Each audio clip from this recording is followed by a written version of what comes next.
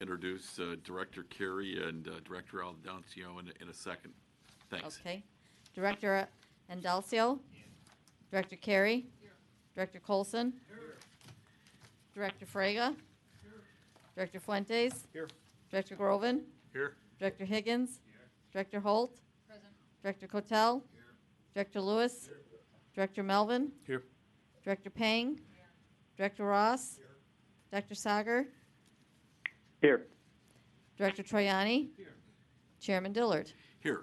We have a full house, 16 present and no absent. Thank you. And I would like to welcome a couple of great new additions to our board.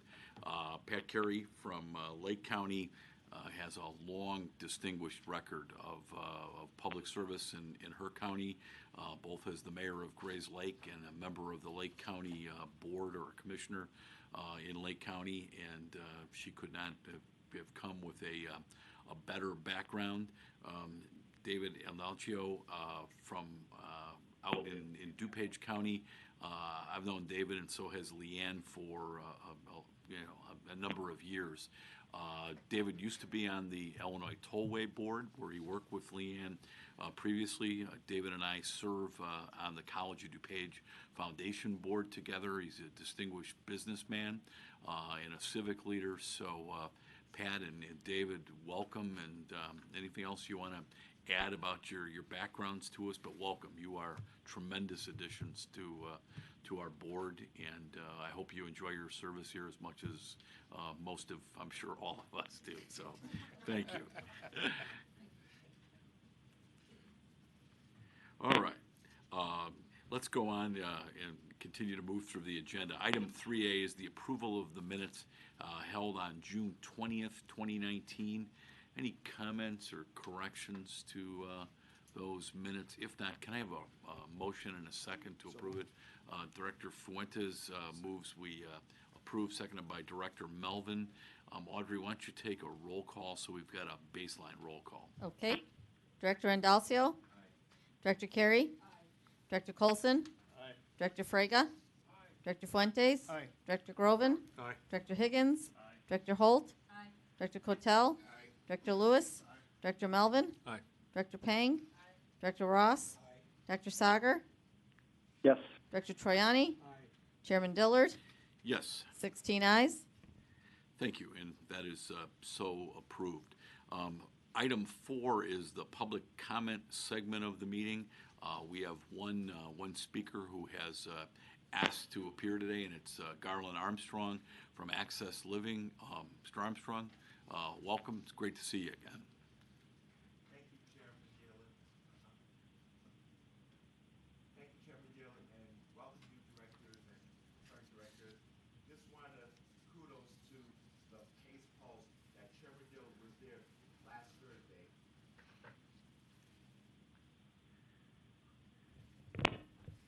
Okay.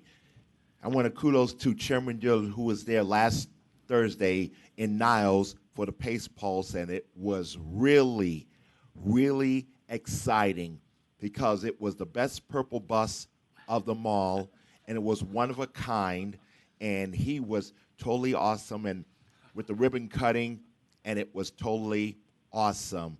And then also, too, me and my wife took that pulse to Jefferson Park, and kudos to that at Jefferson Park, especially at the bus, especially for mobility. It was really, really awesome with the design and the mobility.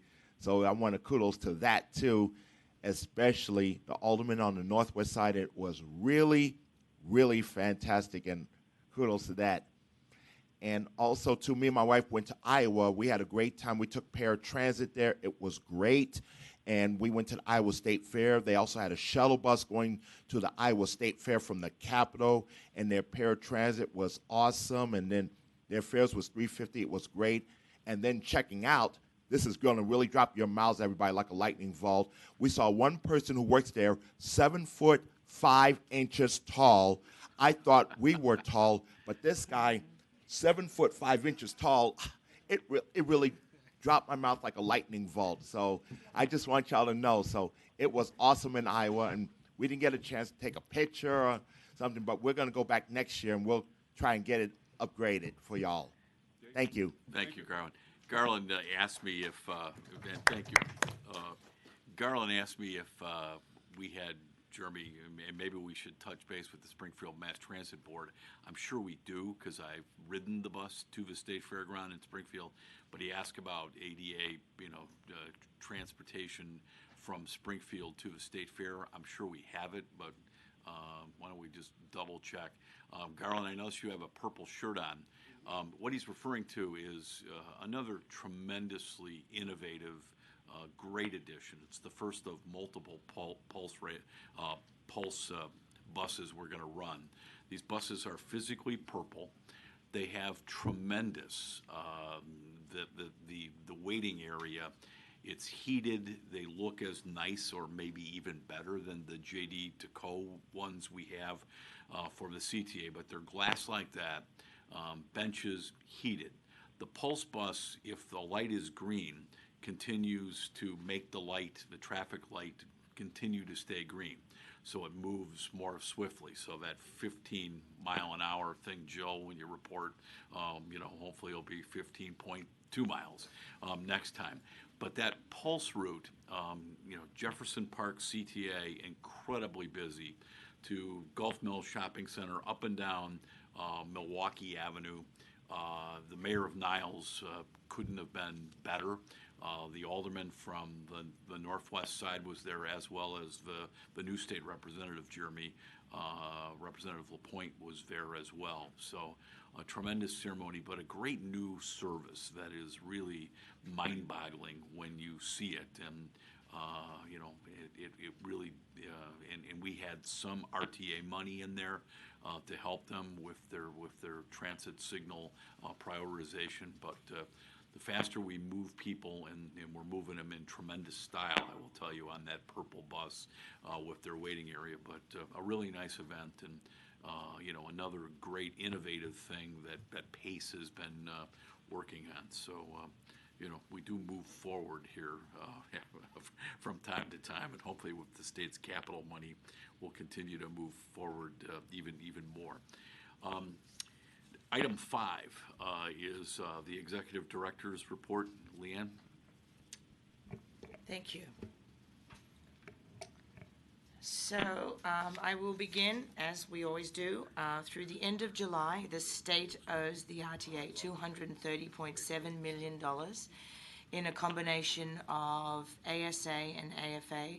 I hate acronyms, but they are basically the state's contribution towards debt service on bonds, and a combination that dollars also include the delays in the public transportation funds that they owe us, which is the match to the sales tax that the state provides. The state is 13 months behind on the ASA fund. They are 3 months behind in the AFA fund, and they're the equivalent of about 3 months behind with the public transportation fund. The year-to-date cost, because we have to cover that shortfall, so we issue short-term debt. The year-to-date cost for that short-term debt is $3.2 million. I will note, though, that this is the lowest it's been in years. I don't recall the amount of years, but many years. So while that's a bright point, it's still a significant amount of money that we have to cover to make the service boards whole, so they can continue to operate the buses and the trains. Quick look at some of the government affairs goings-on. The RTA short-term borrowing extension, House Bill 2823, was sent to the governor in late June after the passage in both the House and the Senate in May. The legislation is one of 377 bills that's currently awaiting the governor's signature. The governor has till the end of August to sign or veto that bill. If no action is taken prior to the end of August, it just automatically goes into effect. We don't have any concerns about that bill going into effect, though. Just wanted to reassure everybody, because for those of you who've been around a while, that's been a long-term effort to get the legislature to approve an extension of our short-term borrowing, a necessary requirement that we have because of the first slide I just walked through, the state's delays and shortfalls on payments to us. So unfortunately, we have to issue debt to cover that amount of money. The RTA, along with our transportation partners statewide, have been partnering, participating in events across the region, thanking our legislators for their work in passing the state's long-needed capital funding program. Each of the service boards have hosted a couple of events for groups of bipartisan legislators to also sort of showcase the projects and the efforts that the transit system will implement as part of this capital program. Chairman Dillard participated in an event honoring House Minority Leader Jim Durkin earlier this month, also thanking him for his support and efforts in getting that bill passed. I want to just take a moment just to update you on our 2020 budget process. For those of you who've been around for a few years, you'll know that we, in the last couple of years, have approved our funding marks or the funding allocations to each of the service boards in August. We have a statutory requirement of getting it approved by the September board meeting. Because of the timing, and so we aren't doing that today, because of the timing really of the state capital bill passing and the governor signing it in July, it's really sort of given it, it's sort of a good problem to have. We have money to negotiate and sort of plug into our budget process for next year, but it's taking us a little bit longer than sort of it's a much easier conversation when there's no money to discuss. So we are working through that with the service boards right now. I'm very optimistic that we will have everything, a consensus-driven proposal for you in the next couple of weeks to come before the board, but I just wanted to sort of bring you up to speed that we are continuing to work on it. A lot of conversations, a lot of back and forth, healthy discussions. It's kind of fun when we can actually debate and discuss actually spending real money. So it's sort of, as I keep reminding people, it's sort of a good problem that we're having right now. And more to come, and I'll keep you posted over the next few weeks in advance of the September board meeting. Moving on to the federal side of things, the U.S. Congress is actually out for the month of August. They return in September. Their focus will be on passing the FY 2020 spending packages. The House passed 2 bills before the break that both increase the overall funding above the administration's FY 2020 request. The Senate announced committees that were going to work on the spending bills over the recess in order to be ready to take a vote when they come back. There's more details provided, and for the new board members, each month at your place there is a legislative update that does a deeper dive into a lot of this work and activities. And we can also, myself or Jeremy, can also answer any questions that you have on that stuff, on those items. So, stealing my thunder, Garland. No. Since our last meeting, the service boards have been busy with some grand openings around the region. As Garland noted, he and the chairman were both at some PACE events. One was to celebrate the launch of PACE's Pulse service on Milwaukee Avenue. That is essentially a bus rapid transit service, more akin to sort of a rubber tire train is kind of the model that we're going for. It's arterial-based service. That is really the first corridor that PACE is launching, that they estimate to be able to provide, new service that'll cut about 10 minutes off the operating run on that Milwaukee service. The chairman already noted that RTA has been intimately involved in this project from the very beginning, coordinating and funding the lion's share of the transit signal priority efforts. So sort of a lot of the behind-the-scenes stuff that people don't notice, but allows those buses to gain that travel speed improvements. And then PACE is also looking, as he mentioned, to invest in better stations, so it's more like a station as opposed to a bus stop along the route. The chairman also spoke at PACE's Plainfield Park and Ride, where they unveiled the new bus shelter to protect riders from the weather. We've been talking a lot, you've heard a lot about the Bus on Shoulder program and how that's been growing exponentially in terms of ridership, and PACE has been looking to keep up with that demand by expanding the park and ride facilities at some of those outer remote locations on I-55. And CTA recently celebrated the completion of their modernization project, again, thunderstolen by Garland, thank you, for the Jefferson Park Blue Line station improvements. Improvements of both the rail facilities as well as it's a major hub and an interconnect with bus services, both with CTA and PACE. So it's some great improvements featuring, new shelters, new curb cuts and ramp accesses, better waiting areas for passengers, including sort of using public art as a way to create windbreaks and shelters for passengers using those stations. So it's quite a nice facility. Okay, and then just to wrap up, on Wednesday, August 7, in partnership with the Chicago Cubs, the RTA, CTA, Metro, and PACE celebrated Transit Appreciation Day at the Cubs game against the Oakland Athletics. Transit fans who purchased our specially priced Transit Appreciation ticket also received a stylish special edition Cubs Transit-themed tote bag. Some were available for you if you want to take one for your groceries. It's kind of cool. Names the players, looks like station stops. President Carter was also honored with throwing out the ceremonial first pitch. And in case you're wondering, the Cubs beat the Athletics, so it was a good day all round. And that concludes my report. Happy to answer any questions. Any questions? Did Dorval actually make, it didn't bounce into catch it, did it? I wasn't there, but I don't think it bounced.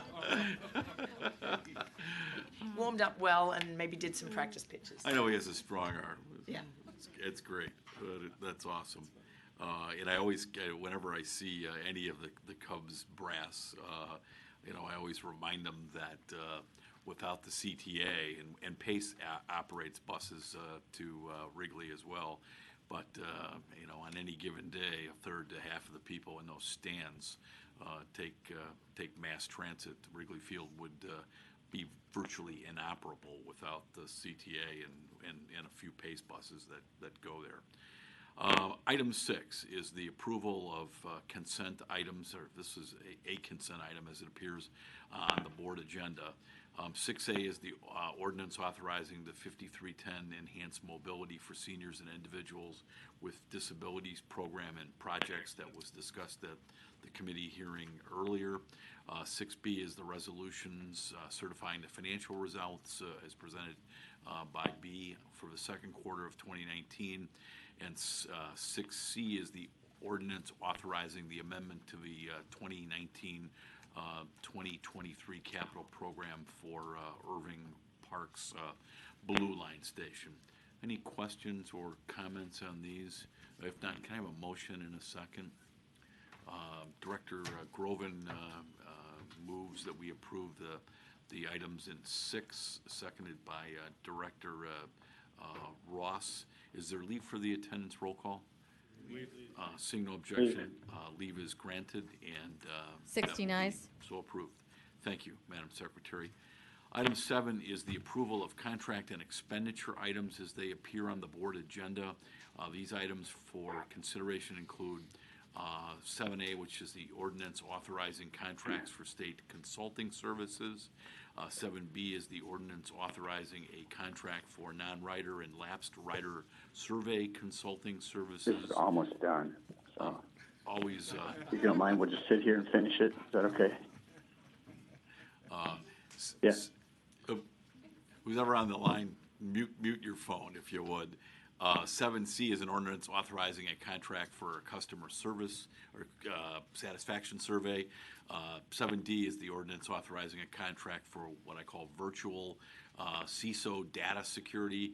And 7D are travel expense reimbursement approvals for staff and board members.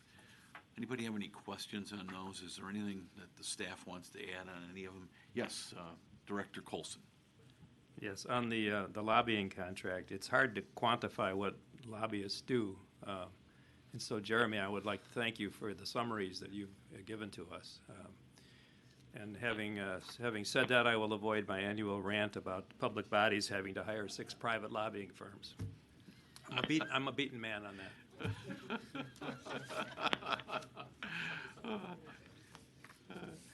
Your point, as a former one who was lobbied by those folks, your points are always well taken, Director Colson.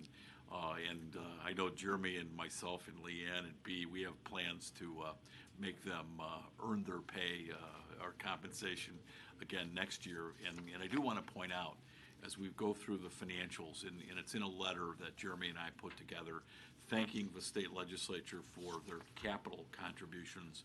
But we have to stem the tide of operational cuts that are, I think, having seen a number of state legislators, I don't want to always put the doom cloud over them, but I say, you cut our operations. So while we're very fortunate and happy for the great start with respect to capital, you've got to stop cutting our PTF. You've cut our ADA. You require us to give, free and reduced rides, and you cut that back.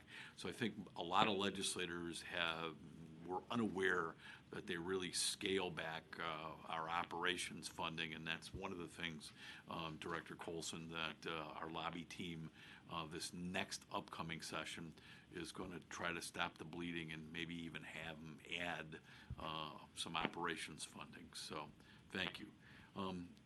So, excuse my senility here. Did we have a motion? Not yet. In a second. Okay, good. Can I have a motion in a second? Director Lewis moves we approve the items in 7, seconded by Director Trione. Is there leave for the attendance roll call here? Leave. Seeing no objection, leave is granted. 16 ayes. Thank you. Item 8 is new business. Any new business to come before the board? Yes, Director Ross. It's not really new business, but I want to compliment the staff for the workplace violence workshop that they held here. Director Groven and I participated in that. Very appropriate given the times that we live in, and just an outstanding job. Compliments. Great. Director Fuentes. Yeah, I'd just like to add, Leanne and Michael, thank you for the ADA summary with the service boards. I think doing it teleconference like we did is a lot more efficient, and we get a lot more participation. So I think we should look at maybe making that a permanent option. So I thought it went very well. I don't know if Director Martin. Yeah, I would agree. It was great. Went off without a hitch. It was really nice and clear, simple. Thank you. Super. Anyone else? Yes, Director Lewis. Want to pile on with positive praise. The transit services got a lot of positive praise this week, and Susan may have seen it. The BMW Golf Classic was held at Medina, and public transit in terms of the Metra station was highlighted when I watched a lot of the coverage over the weekend. So we got a lot of positive praise for our community for the services of Metra. Next year, for those who don't know, it's going to be held in the south suburbs at Olympia Fields Country Club. And one of the big assets that will be brought to the table will be the use of Metra to be able to let potential attendees get off right at what amounts to the first tee box. So I think that we should, I'm sure Susan's begun to think about ways to capitalize on it. I know it's certainly something we've talked to President Preckwinkle about in terms of making sure that the contributions of public transit are well chronicled. But I just thought I'd mention that for everybody who may not have been aware. Pretty neat. Last time Phil Mickelson actually rode Metra down and got off at that stop when they had another major tournament there. And I always kid people, I've had the honor of playing Prestwick, which is where they played the first British Open in Scotland, and literally their train stops like it does at Olympia Fields. So, Scotland may have its Prestwick where it stops on the first tee, and literally at Olympia Fields, it essentially stops on the first tee.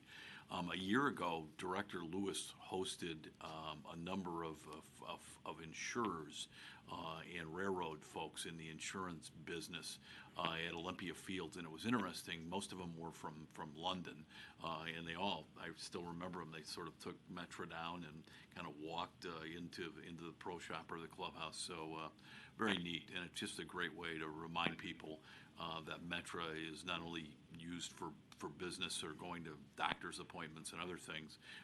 It's a great tourism enhancement to, especially as we attract more foreign visitors to the United States. So thank you, Director Lewis, for that.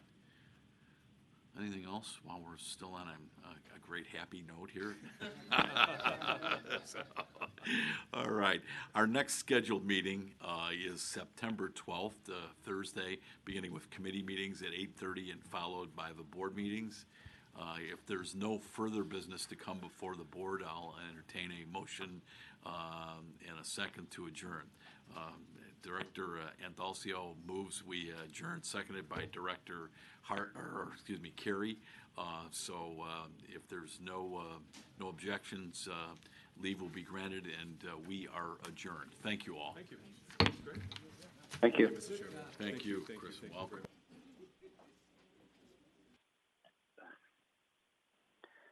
Brian Sager. Has left the conference.